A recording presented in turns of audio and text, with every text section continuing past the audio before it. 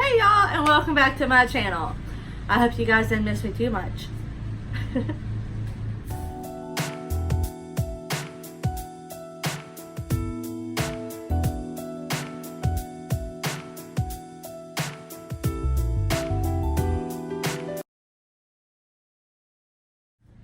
Okay guys, so today's video I'm going to be talking all about Pansters and Plotters, and mostly about my experience as a pantser. Yes, I'm a pantser. I am not a plotter. Not at all. And if you see me glancing over here, I'm just glancing at my laptop a little bit for notes, so that way I don't accidentally mess something up. Okay, so basically, plotter is someone who plots a novel. You know, those somewhat heavier ones. Like, some people will plot out every single scene. Every single scene before they even write one word. I can't do that. I'm on the opposite end. I'm a pantser. You know, a lot of people say pantsers fly by the seat of their pants. Okay. Me, the best I can describe it is like my book is like a tiny little movie. Streaming in my head. Okay? And as I write, I see it play out. And so that's how I have to write it. As I see it in my head. Like, I get deep within the world itself.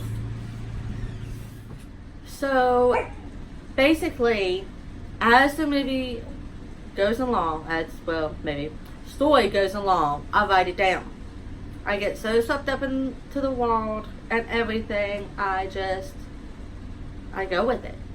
Now, I might do some planning, like a little bit, not a whole lot. I don't need a whole lot. I mainly just need to know my characters and setting. That's it. Characters and setting. That's all I need. And I figure out the rest as I go. Like, if I need to stop and research something, I will. Now, with some of my stuff, I may have to plant away, which is called planters, which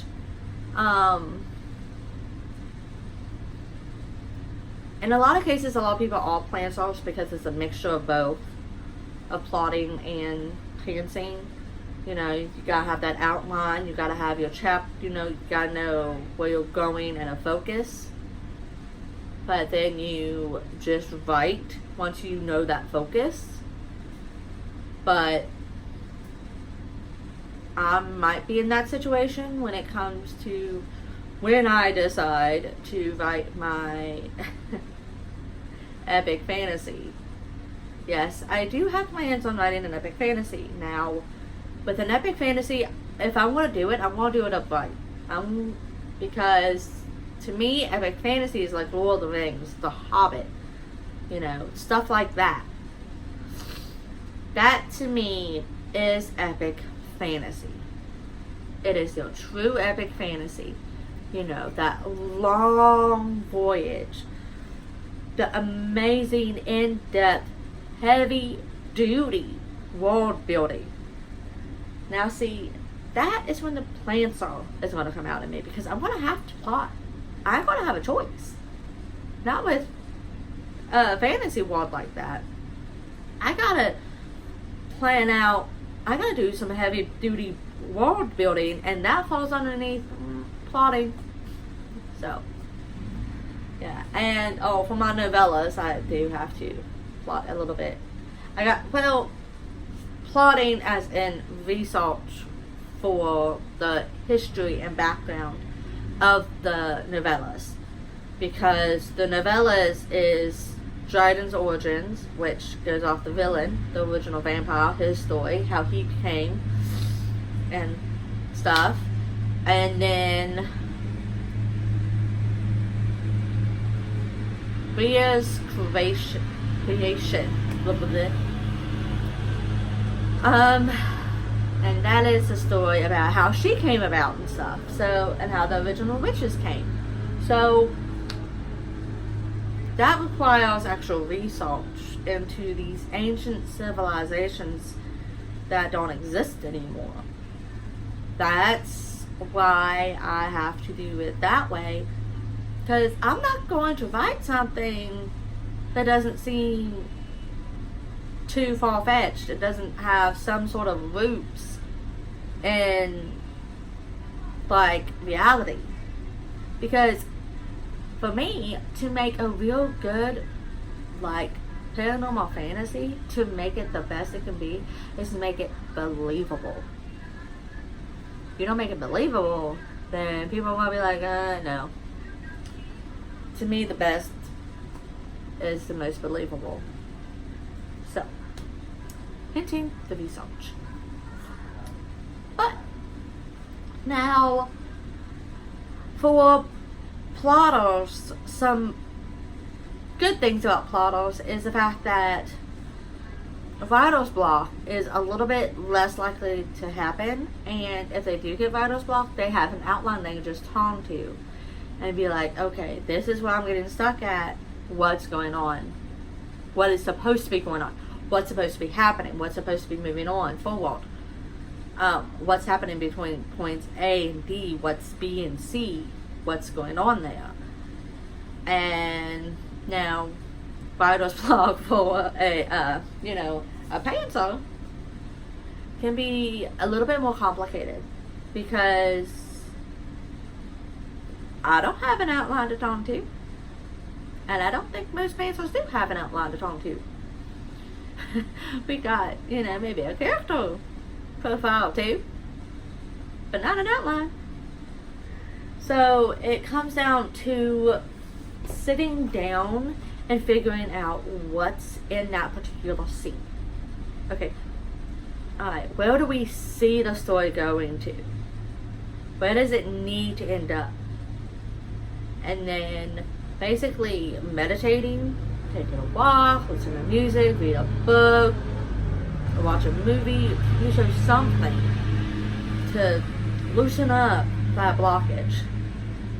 So that way it'll go bam, and the story will stop playing again. It's like someone hits pause. And it's just like, or, okay, better yet, the internet goes out. The internet goes out. So you can't keep watching the movie in your head because the internet's out. So you gotta get it back on. So you gotta fill up that creative will again and get it back on and go. So, anyway, that way. Now, some cons of being a plotter.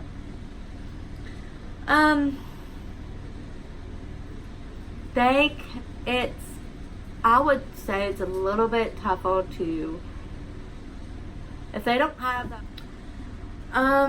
One biggest con that I've seen by watching other plotters is that if something happens that they have like some major plot holes, they sometimes have to go into the outline and redo the entire thing in order to fix the plot holes. And that to me would be like craziness. Like, oh my gosh, I don't know if I'd be able to do it personally. But, and then some cons of being a pantser is we don't have the outline to fall back on. So outlines are good and bad in both ways, just like there's good and bad stuff no matter what. But personally, as myself, I am a pantser because of that's just the way I tick. Now, let me know down below, how do you tick? Are you a plotter, pantser, planster? Are you both? What is your method of writing? What type of writer are you? Okay, so guys, just remember, subscribe, click that lovely little bell. Don't be afraid to go after your dreams and dive right in. And I'll catch y'all on the flip side. Bye.